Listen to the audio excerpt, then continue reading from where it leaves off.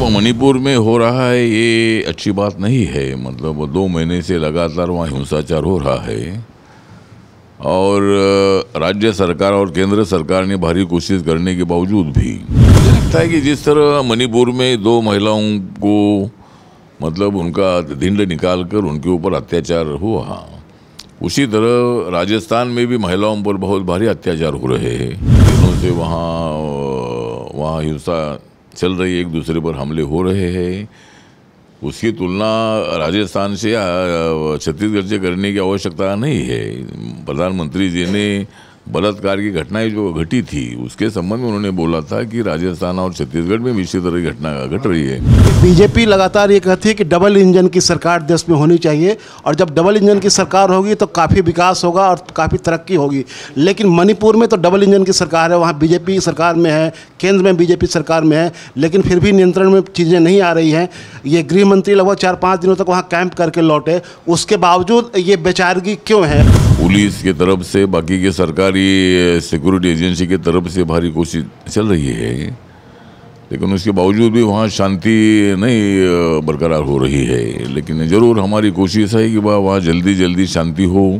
अभी कुछ दिनों में वहाँ ज़्यादा इंसिडेंट नहीं हो रहे हैं, तो वहाँ शांति होनी चाहिए। इसी तरह की हमारी भूमिका है। हमारी फिल्म बनने जा रही है जो हमारे पार्लियामेंट के कामकाज की, उसमें खड़गे जी विलन है। मतलब खड़गे जी विलन है और तो खड़गे जी तो हमारे अच्छे मित्र हैं। हम नहीं पूछते किसी को उनकी जात, क्योंकि हम करते जन की बात। हम हमेशा देते रहेंगे सभी गरीबों को साथ, हम हमेशा देते रहेंगे गरीबों को साथ, दलितों को साथ, क्योंकि हमारे साथ है चैनल जन की बात। नमस्कार, मैं हेमंत कुमार, आप देख रहे हैं आरएडी न्यूज। आज हमारे साथ हैं केंद्रीय सामाजिक न्याय और अधिकारिता मंत्री रामदास आठवले जी। आठवले जी पटना आए हुए हैं और हम उनसे आज कुछ खास बातचीत करेंगे। आठवले जी, आपका स्वागत है। ये मणिपुर के साथ जो अन्याय हो रहा है उसमें आप सामाजिक न्याय और अधिकारिता विभाग के मंत्री हैं, तो उसके संबंध में आप क्या कहना चाहेंगे? अब मतलब जो मणिपुर में हो रहा है ये अच्छी बात नहीं है। मतलब 2 महीने से लगातार वहाँ हिंसाचार हो रहा है और राज्य सरकार और केंद्र सरकार ने भारी कोशिश करने के बावजूद भी एक दूसरे पर हमले हो रहे हैं। वहाँ मतलब जो 2 समुदाय में जो एक दूसरे पर हमले करने का काम शुरू है, पुलिस की तरफ से, बाकी के सरकारी सिक्योरिटी एजेंसी की तरफ से भारी कोशिश चल रही है, लेकिन उसके बावजूद भी वहाँ शांति नहीं बरकरार हो रही है। लेकिन ज़रूर हमारी कोशिश है कि वहाँ जल्दी शांति हो। अभी कुछ दिनों में वहाँ ज़्यादा इंसिडेंट नहीं हो रहे हैं, तो वहाँ शांति होनी चाहिए। इसी तरह की हमारी भूमिका है और दोनों समुदाय ने मतलब हिंसाचार को बढ़ावा देने की जो भूमिका उनकी है उसको छोड़ देना चाहिए। शांति से वार्ता हो सकती है, बातचीत हो सकती है। और वो जो मैथे कम्युनिटी है, ये मैथे कम्युनिटी ने शेड्यूल ट्राइब का दर्जा मांगा था और जो मणिपुर का हाई कोर्ट है उन्होंने जजमेंट दे दिया था 2-2.5 महीना पहले कि मैथे कम्युनिटी को शेड्यूल कास्ट का दर्जा देना चाहिए। तो उसके बाद जो कुकी कम्युनिटी है उन्होंने उसका विरोध किया और दोनों तरफ से मतलब हंगामा हो रहा है। मुझे लगता है कि दोनों समुदायों को हमारा आह्वान है कि आपने शांति रखनी चाहिए और चर्चा करके, बातचीत करके मार्ग निकाला जा सकता है। संसद का सत्र जब से शुरू हुआ है तब से लगातार वहाँ हंगामा हो रहा है। विपक्ष प्रधानमंत्री से वक्तव्य की मांग कर रहा है, लेकिन प्रधानमंत्री संसद के बाहर तमाम जगहों पर वो बोल रहे हैं, लेकिन संसद के भीतर जाकर के बोलने से परहेज कर रहे हैं। आप कैसे देखते हैं इन चीज़ों को?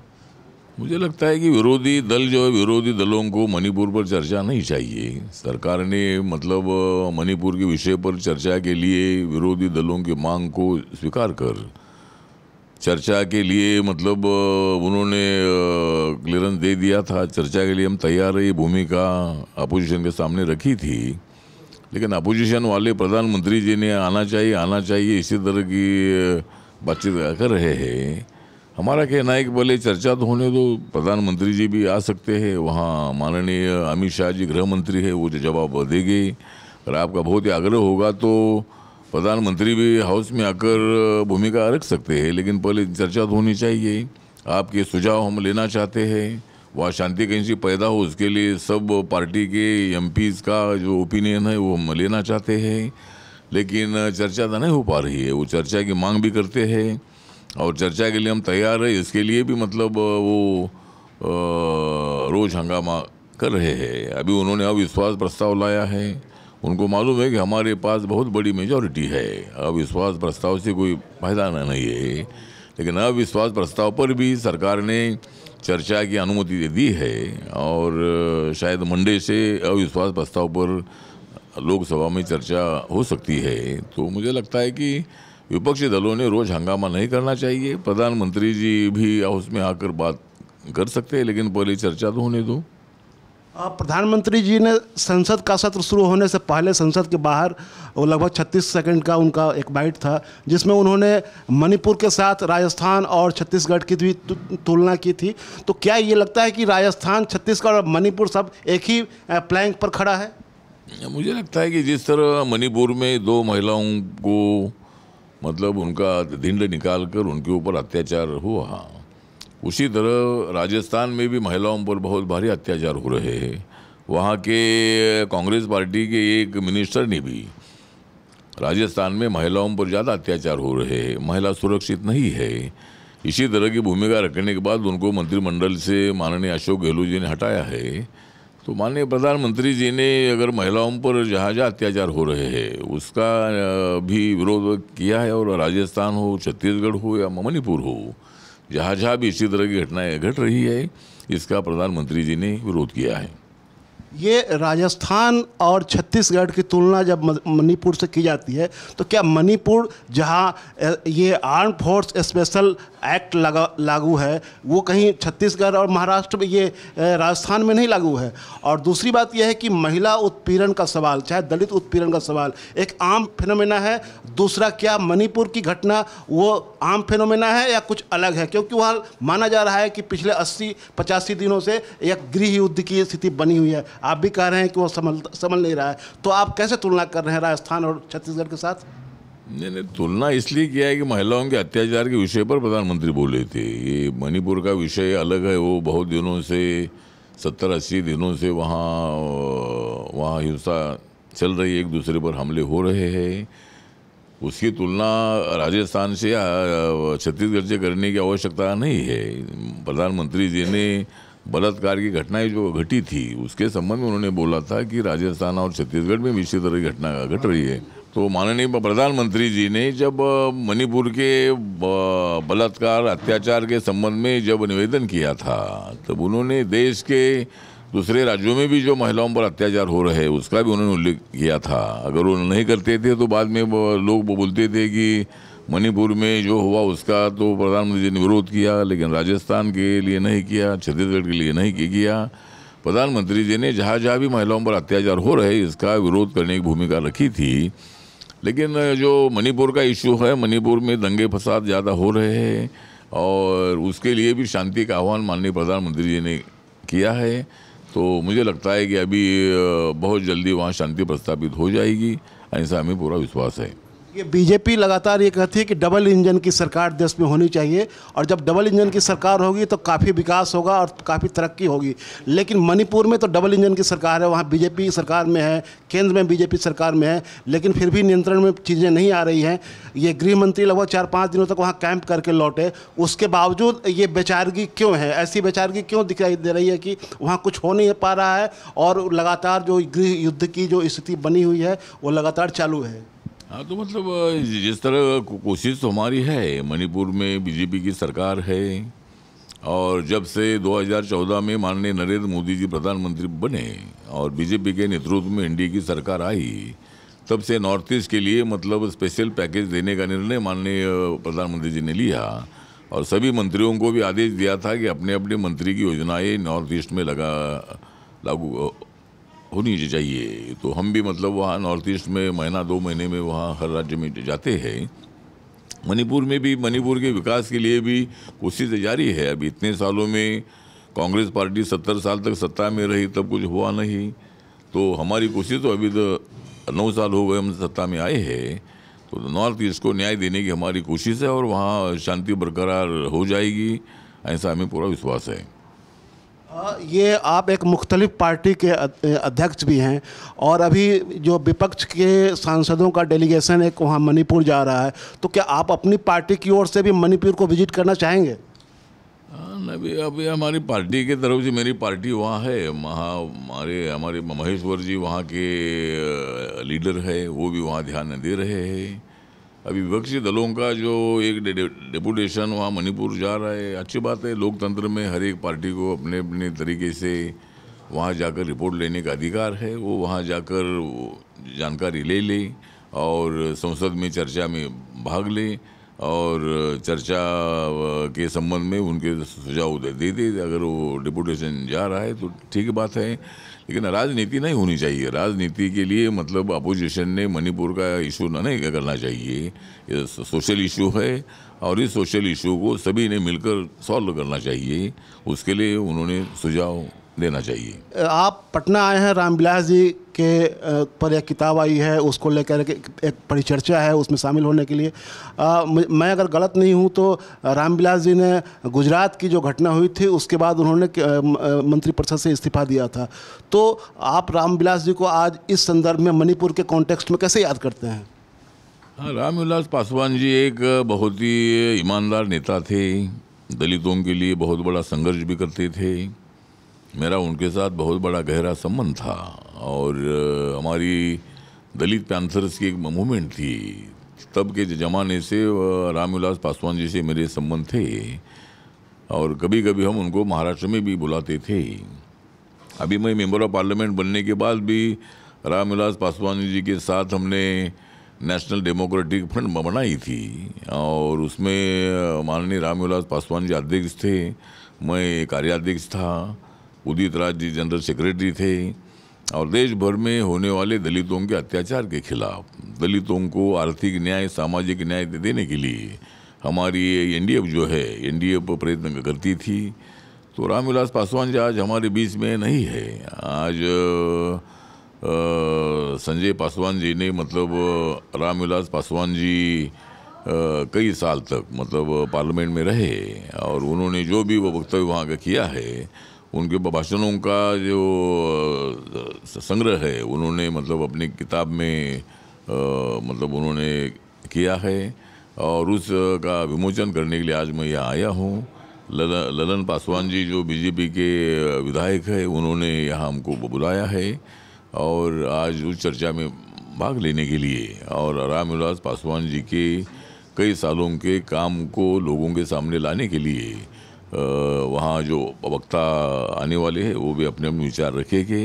लेकिन मेरे रामविलास पासवान जी के साथ बहुत बड़े गहरे संबंध थे और मेरा उनके साथ फैमिली रिलेशन भी था, लेकिन आज हमारे बीच में वो नहीं है, इसका हमें बहुत बड़ा दुख है। ये संसद में सरकार ने एक रिपोर्ट पेश की, केंद्रीय विश्वविद्यालयों में और आईआईटीज़ में दलितों का और अति पिछड़ी समुदाय के बच्चों का ड्रॉप आउट काफ़ी बढ़ा है और उसके कारण माना जा रहा है कि उनके साथ वहाँ जो इंटरनल जो डिस्क्रिमिनेशन होता है, जो भेदभाव होता है, उसकी वजह से सरकार ने इस रिपोर्ट को माना भी है और वो धर्मेंद्र प्रधान ने इसको स्वीकार किया है कि हाँ इस तरह की घटनाएं हो रही है और ड्रॉप आउट काफ़ी अधिक है, 60% है। तो ये क्या लग रहा है कि खासकर 5 सालों में ये काफ़ी बढ़ा है, तो इनकी सरकार में, मोदी जी की सरकार में ये जो दलितों का जो ये एक नया जो ट्रेंड आ रहा है कि उनका ड्रॉप आउट खास करके सेंट्रल यूनिवर्सिटीज़ और आईआईटीज़ में काफ़ी बढ़ा है, वो कैसे देखते हैं आप इसको?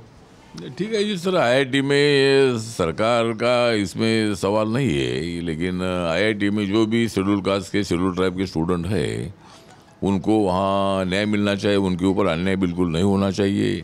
लेकिन आईआईटी में जो मतलब सिलेक्शन होता है वो मेरिट के मुताबिक होता है। ये SC/ST का जितना परसेंटेज है वो परसेंटेज बढ़ा जाता है, लेकिन बहुत बार वहाँ थोड़ा डिस्क्रिमिनेशन भी होता है और इसीलिए सरकार ज़रूर उसमें ध्यान देगी और बाद में इसी तरह का रवैया वहाँ ना हो। जो भी मतलब वहाँ का जो स्टाफ है, वहाँ के जो प्रमुख डायरेक्टर है, उनको ज़रूर हम समझ देने का काम करेंगे और बाद में इस तरह का डिस्क्रिमिनेशन बिल्कुल नहीं होना चाहिए। आईआईटी मुंबई में ही बड़ी घटना हुई थी और आप तो वहीं के हैं, तो उस मामले में ये रिपोर्ट है कि अभी तक सर वहाँ कोई कार्रवाई हुई ही नहीं है, जबकि माना गया था कि वहाँ के जो डायरेक्टर हैं उन्होंने उस मामले में पूरी लिपापोती करने की कोशिश की। नहीं, मुझे लगता है कि उस आईआईटी में जो गुजरात का स्टूडेंट था, उन्होंने मतलब वो कुछ दिन पहले वहाँ एक दो महीना पहले उधर आया था और मतलब उनके पिताजी माताजी के साथ बातचीत हमेशा होती रहती थी, लेकिन उन्होंने मतलब वहाँ ऊपर से मतलब जंप मारा और उसमें उनकी डेथ हुई थी। तो उसकी पूरी जांच करने की कोशिश पुलिस के द्वारा हो रही है और जो भी मतलब इसकी जानकारी में कोई दोषी ठहरेगा उसके ऊपर ज़रूर कार्रवाई होगी। इसकी पूरी जांच हो रही है। मैं वहाँ जाकर भेंट करके आया था और रिपब्लिकन पार्टी ऑफ इंडिया की तरफ से सामाजिक न्याय अधिकारिता राज्य मंत्री के नाते मैंने वहाँ जाकर मतलब इस घटना की पूरी जानकारी मैंने ले ली थी और इसकी जांच चल रही है।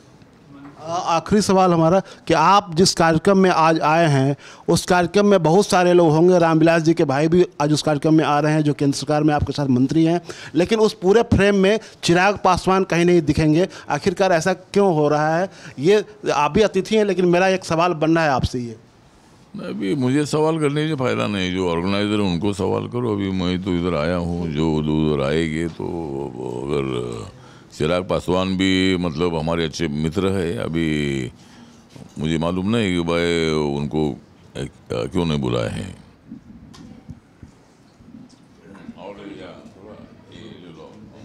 हाँ, तो मतलब मैं आखिर इतना ही बताना चाहता हूँ कि हम नहीं पूछते किसी को उनकी जात, हम नहीं पूछते किसी को उनकी जात, क्योंकि हम करते जन की बात। हम हमेशा देते रहेंगे सभी गरीबों को साथ, हम हमेशा देते रहेंगे गरीबों को साथ, दलितों को साथ, क्योंकि हमारे साथ है चैनल जन की बात। ये आपने एक पैरोडी सुनाई, तो मैं ये आप ही की पैरोडी के हवाले से बता देता हूँ कि आपने अभी हाल में संसद में वो अपनी पैरोडी सुनाई और उसमें कहा कि खरगे जो है वो विलेन हैं। तो खरगे को विलेन आप बता रहे हैं, लेकिन जहाँ सरकार फेल हो रही है वहाँ आप कुछ नहीं कह रहे हैं। नहीं, मैंने बोला था कि खरगे जो मतलब जो हमारी फिल्म बनने जा रही है, जो हमारे पार्लियामेंट के कामकाज की, उसमें खरगे जी विलन है, मतलब खरगे जी विलन है। और तो खरगे जी तो हमारे अच्छे मित्र हैं, उनको कांग्रेस पार्टी ने अपोजिशन लीडर तो बनाया है, पहली बार दलित कांग्रेस पार्टी का अध्यक्ष बना है, एक अच्छी बात है।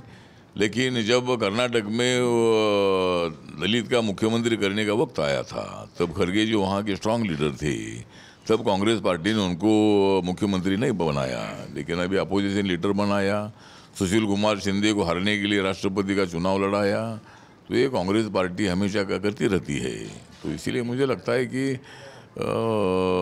जो भी है, तो हमने पार्लियामेंट में मेरी भूमिका रखी थी। धन्यवाद।